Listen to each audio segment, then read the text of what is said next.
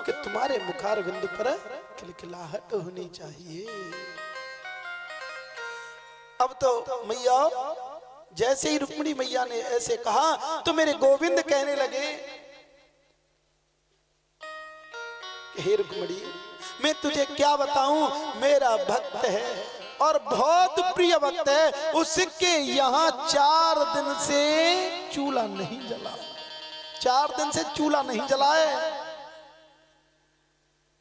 इसीलिए मैं दुखी हूं। रुक्मिणी मैया कहने लगी, अरे तुम तो त्रिलोकीनाथ हो, तुम तो स्वयं नारायण हो, तुम यहाँ पर बैठे बैठे दुखी क्यों होते हो और उसे भूखा क्यों रखते हो? जब तुम्हारा प्रिय मित्र है तो क्यों दुखी रखते हो उसे? तुम चाहे जितना दे दो उसे, इतना दे दो, तुम्हारा मन करे उतना। मेरे कन्हैया ने कहा, हे रुक्मिणी, मैं देना तो बहुत चाहता हूं, लेकिन वो लेता नहीं है। मैंने कई बार प्रयास किया है उसे देने का, लेकिन वो लेता नहीं है, वो लेता नहीं है।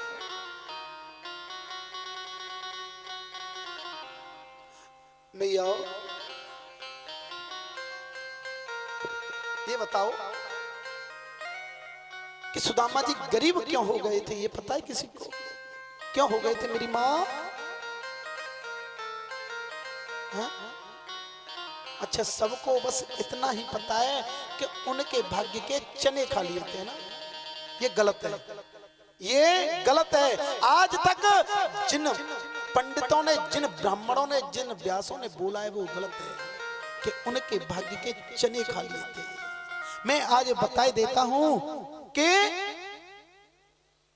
उन्होंने क्यों खाए थे, क्यों खाए थे। वो चने थे ना, वो श्रापित चने थे, और सुदामा जी ब्रह्म ज्ञानी थे। 2 ही ब्राह्मण ब्रह्म ज्ञानी थे, एक तो रावण और एक सुदामा। उन्हें ब्रह्म का ज्ञान था, उन्हें ब्रह्म का ज्ञान था।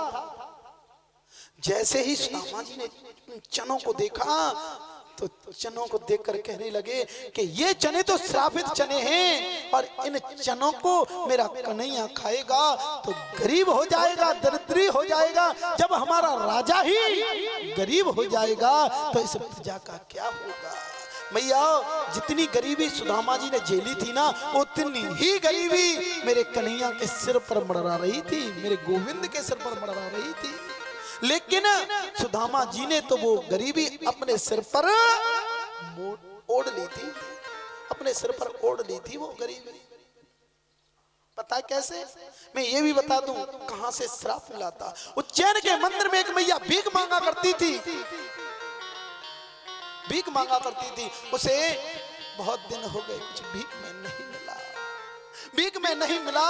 तो कुछ समय बाद, बहुत समय बाद उसे थोड़े से चने मिल गए। जैसे ही वो चने मिले तो मैया वो सोचने लगी कि मैं इतने दिन आते भूखी और यार रात भूखी रह लूंगी, इन सुबह को खा लूंगी। पोटरी बनाई और अपने सिराने रख ली, सिराने रख ली। और चोर आए और चोर सोचने लगे, मैया कहते हैं ना कि भिखारियों के पास धन बहुत होता है। सब लोग यही समझते हैं, सब लोग ये भी समझते हैं कि ब्याजियों के पास भी बहुत धन है, बहुत सारा कमा रहे हैं, लेकिन ऐसा कुछ नहीं है। भिखारियों के पास, किसी किसी के पास होता है। अब तो मैया, वो मैया के सिराने क्या धरे थे? वो चने। और चोर आए और चोरों ने समझा कि धन रखे हुए, और वो चुरा लिया और चुरा कर वो ले गए। और देखो दुर्भाग्य की बात, उन्होंने सांदीपनी आश्रम के सामने ही उन चोरों ने जाकर देखा कि कितना धन है, तो वो धन नहीं था, वो थे चने। वो चोर कहने लगे, अरे ये चने ना को हम क्या करेंगे, वो वहीं पर पटक दिए, वहीं पर फेंक दिए। और मैया जब सुबह जागी तो उसने देखा कि चने नहीं है, अब मैं क्या खाऊंगी। अब तो वो मैया कहने लगी कि इन वो चनों को खाएगा वो मेरे से भी गरीब हो जाएगा, दरिद्री हो जाएगा। उन चनों को श्राप दे दिया। उन चनों को श्राप दे दिया। और फिर देखो दुर्भाग्य की बात, गुरु माता आई और गुरु माता जैसे ही वहां पर होकर निकल कर जा रही थी तो उस मैया को, उस गुरु माता को वो चने दिखाई दिए। जैसे ही वो चने दिखाई दिए तो मैया सोचने लगी, अन्न का कण और संत का क्षण कभी बर्बाद नहीं करना चाहिए, कभी बर्बाद नहीं करना चाहिए। तो मैया वो सोचती है, एक एक चने को उठा लेती है, एक एक चने को उठा लिया। जैसे ही एक एक चने को उठाया, फिर दुर्भाग्य की बात देखो, मेरे कन्हैया और सुदामा दोनों लकड़ी काटने के लिए जा रहे थे, तो मैया ने, दुर्भाग्य की बात है, मैया ने वही चने उठाए और उनके दोनों के लिए दे दिए और कह दिया कि लाला आप दोनों आपस में बांटकर इन चनों को खा लेना, इन चनों को खा लेना।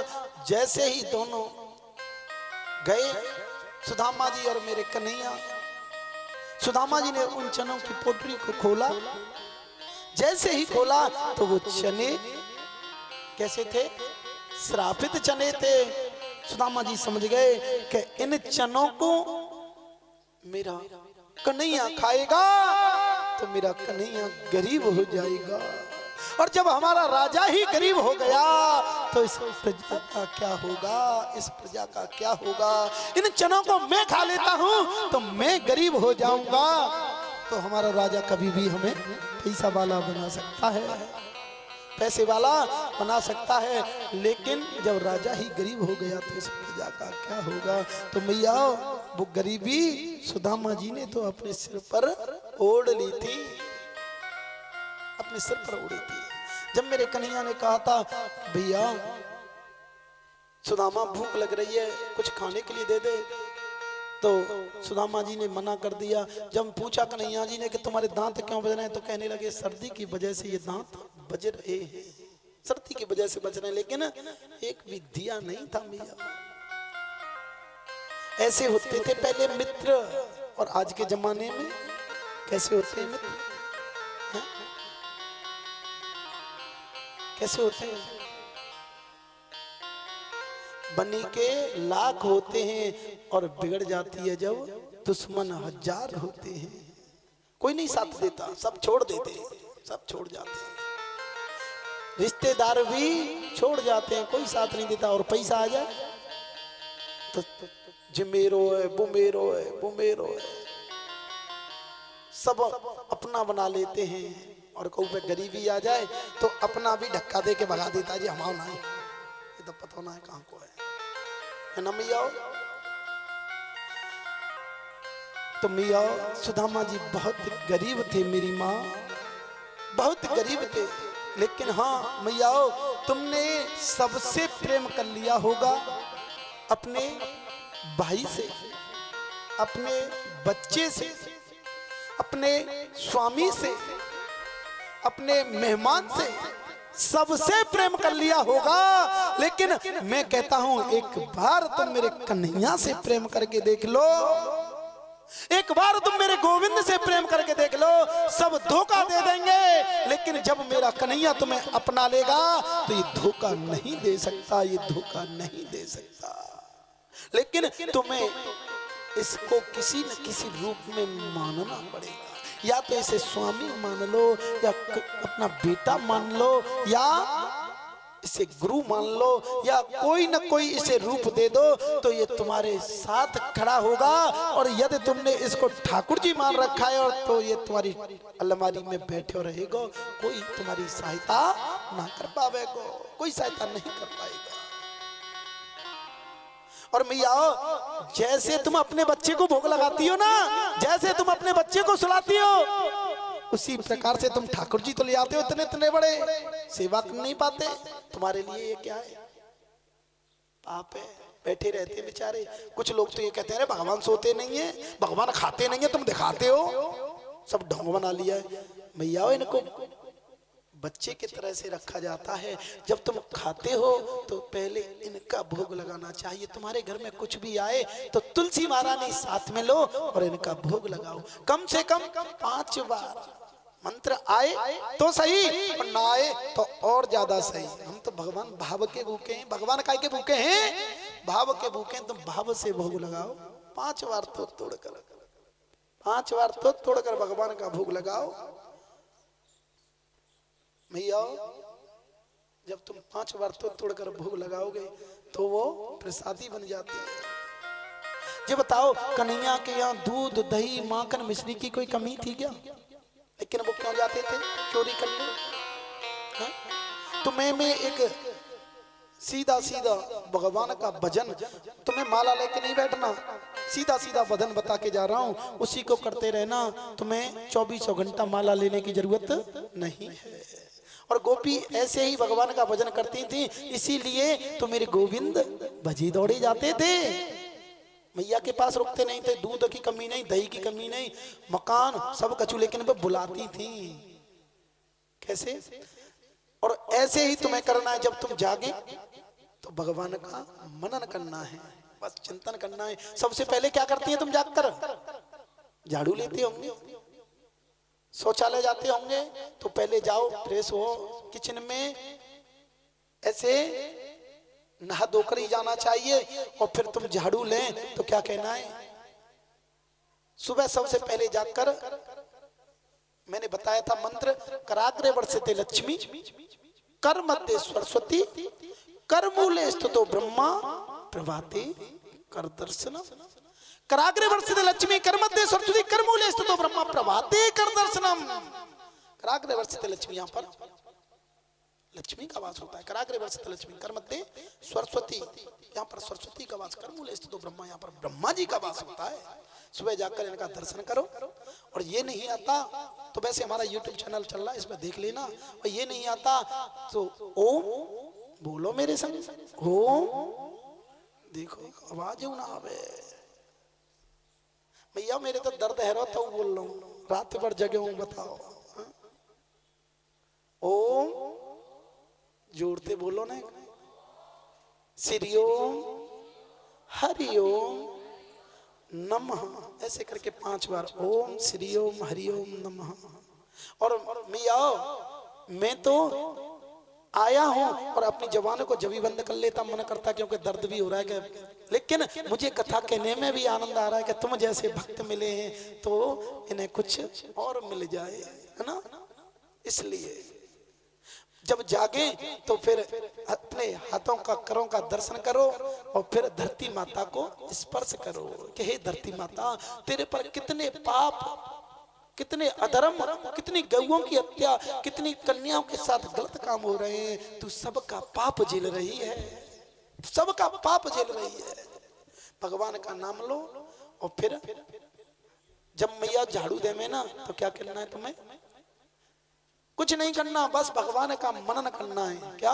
गोविंद मेरो है, गोपाल मेरो है, गोविंद मेरो है, गोपाल मेरो है, गोविंद मेरो है, गोपाल मेरो है, श्री बांके बिहारी नंदलाल मेरो है, ओ श्री बांके बिहारी नंदलाल मेरो है, ओ श्री बांके बिहारी नंदलाल मेरो है, ओ श्री बांके बिहारी नंदलाल मेरो है। मिया गोपी झाड़ू लेती थी और बुलाती थी और फिर क्या कर रही हैं? पहुंचा दे रही हैं, इसी भजन को गा रही हैं। फिर पहुंचा देने के बाद स्नान कर रही हैं, फिर इसी भजन को गा रही हैं। फिर क्या करें? सब्जी काटें। इसीलिए तो मेरा गोविंद आज मैया देखने जा रही है तो ऐसे ही देखती जा रही है। हर एक घर में गोपी भगवान को भजन कर रही है और काम कर रही है। ऐसे ही तुम किया करो तो भजे दौड़े तुम्हें मक नहीं आएंगे बहुत जल्दी जल्दी। हाँ, क्या करना है? फिर सब्जी काटें तो इसी भजन को गाओ। मेरे साथ बोलो, गोविंद मेरो है, गोपाल मेरो है,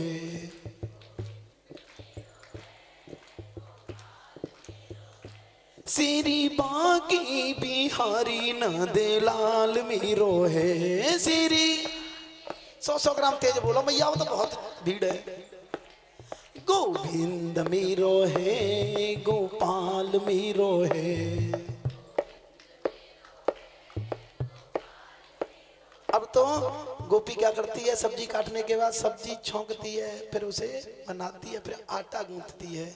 इसी भजन को तुम्हें करना है।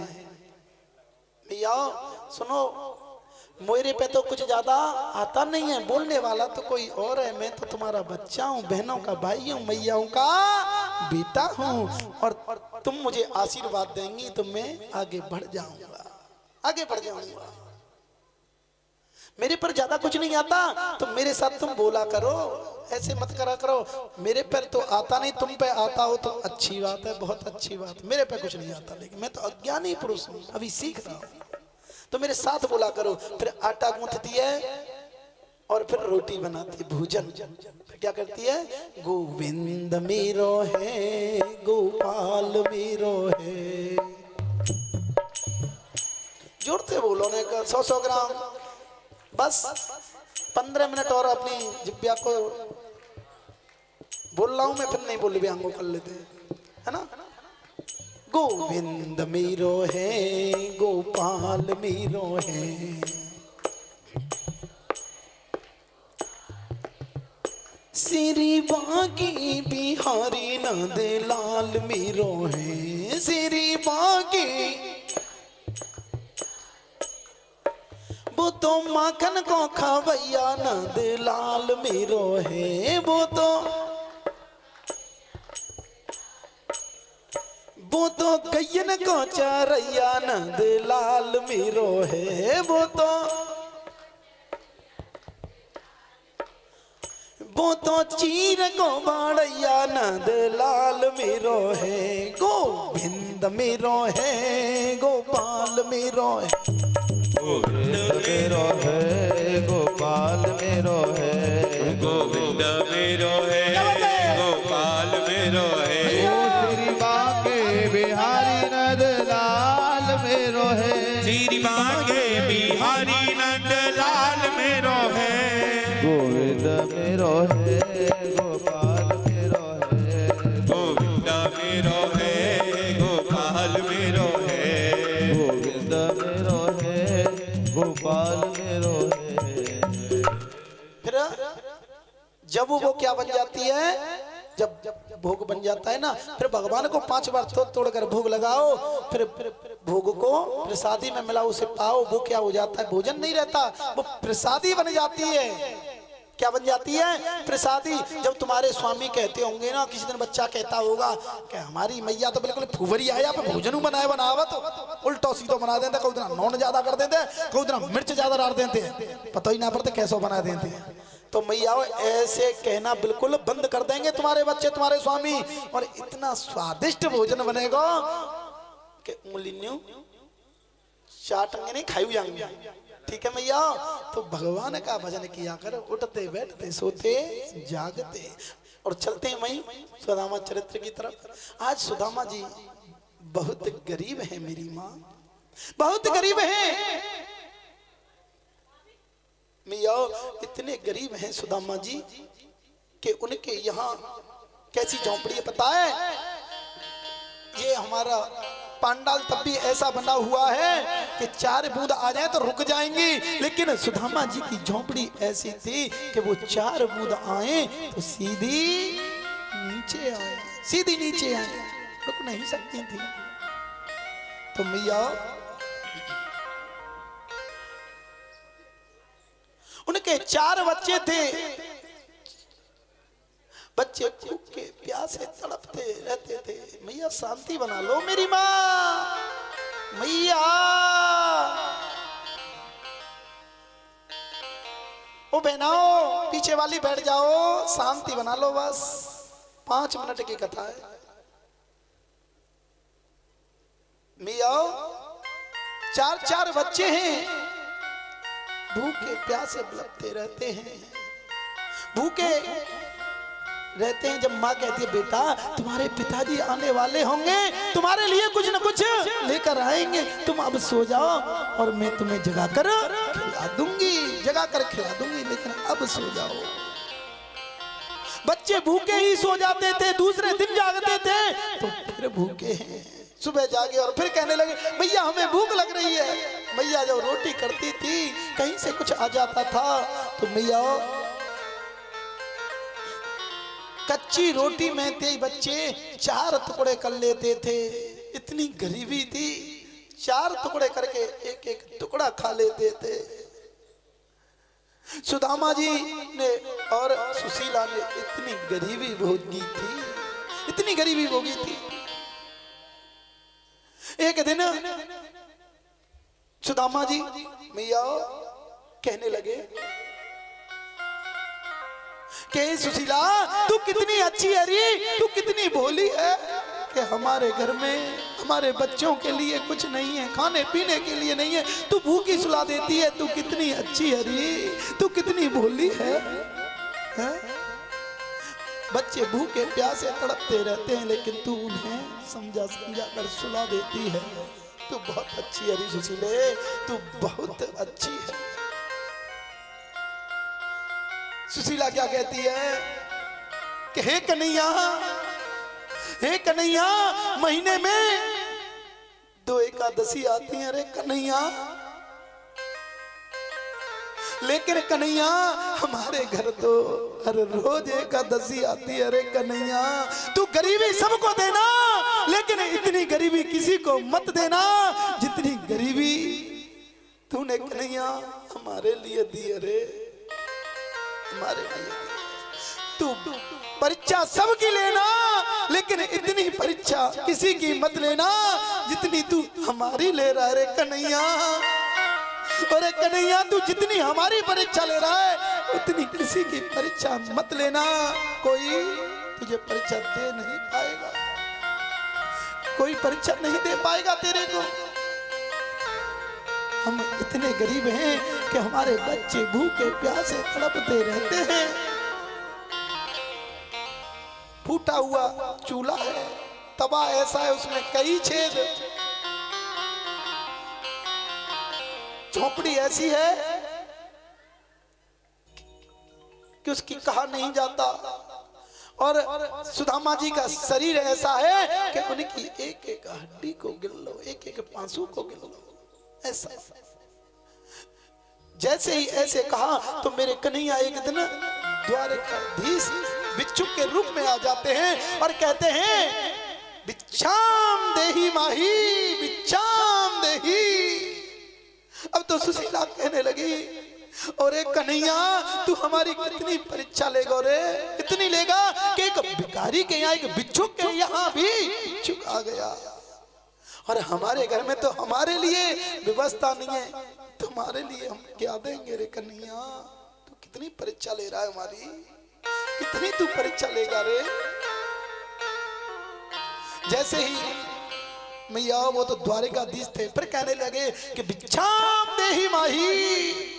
सुशीला निकल कर आई और सुशीला कहने लगी कि बाबा मेरे घर में तो सोवर है, मैं तुम्हें भिक्षा नहीं दे सकती। मेरे द्वारकाधीश जो भिक्षुक के रूप में आए थे वो कहने लगे कि दिखाना तेरे घर में किसने जन्म ले लिया, किसने जन्म लिया है। जैसे ही सुशीला आगे आगे झोंपड़ी में अपनी में गई और उसने पहला कनस्तर खोल के दिखाया तो उसमें से जमीन दिखाई देने लगी। सुशीला कहने लगी अरे बाबा, अरे संत भगवान, मेरे घर में इस गरीबी नाम की कन्या ने जन्म ले लिया है जो मेरे घर से